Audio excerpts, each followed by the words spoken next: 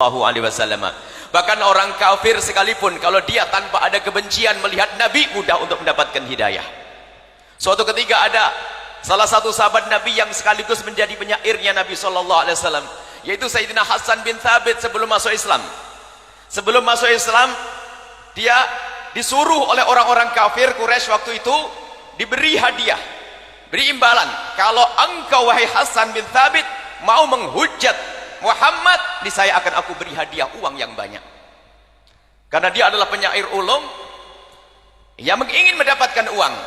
Akhirnya Pak menunggu siapa Muhammad itu. Muhammad adalah orang yang mengaku Nabi di negeri ini. Baik, di mana tempatnya? Tempatnya di sana. Ditunggu oleh Sayyidina Hasan bin Thabit.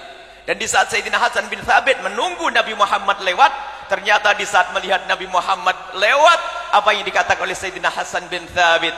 Sayyidina Hasan bin Thabit setelah itu kembali kepada orang-orang kafir, ternyata bukan menghujat Nabi Muhammad, akan tapi mengucapkan satu syair. Insyaallah syair ini nanti akan dibuat lagu oleh Habib Syekh. Lamma ra'aitu anwarahu sata'at wada'tu min khifati kaffi ala basari khaufan ala basari min husni suratihi walastu andurhu ala qadari ruhun minan nuri fi jismin minal qamari kahilyatin nusijat minal anjumiz zuhuri. Sayyidina Hasan bin Thabit pulang kepada orang kafir Quraisy dan membanting uang yang pernah dikasihkan. Ini buatmu. Aku suruh menghujat manusia itu.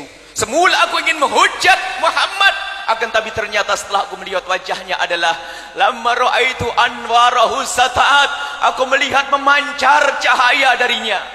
Wada'tu min khifati kaffi ala basari, aku letakkan tanganku di mataku karena aku khawatir akan mataku ini. Khaufan ala basari min husni surati, karena begitu indahnya paras Nabi sallallahu alaihi wasallam. Walastu anduru ala qadari, sungguh aku tidak bisa melihatnya kecuali hanya sekedarnya, enggak bisa mandeng begini, manteng begini enggak bisa.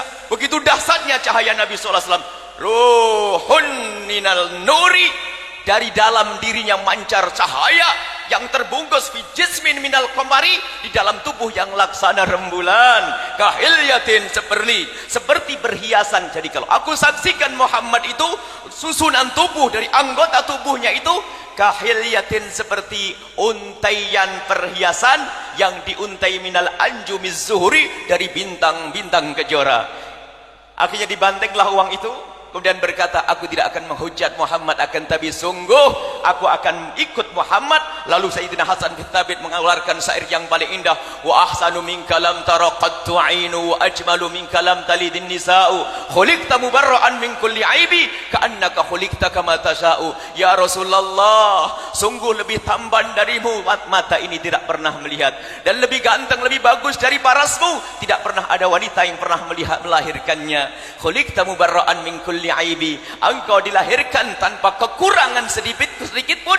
Ka'annaka khuliqta kama tasha'u, seolah-olah engkau itu kalau mau lahir dulu sudah pesan, pengen hidung yang paling bagus, pengen mata yang paling bagus, pengen rambut yang paling bagus, pengen semua yang paling bagus. Itulah Nabi Muhammad sallallahu alaihi wasallam. Siapapun yang melihat Nabi Muhammad tanpa dengki, biarpun orang itu dari asal kafir, mudah untuk mendapatkan hidayah dari Allah Subhanahu wa taala. Akan tapi ketahuilah, biarpun dia tahu Nabi Muhammad membawa kebenaran, tapi di dalam hatinya ada kedengkian, maka akan menjadi Abu Jahal. Hati-hati di zaman ini, kadang-kadang mulai ada provokasi saat ini untuk menanamkan kebencian kepada Nabi Muhammad dengan menanamkan kebencian dengan istilahnya membenci Arab, ada yang membenci yang ahli bait turunan Nabi SAW.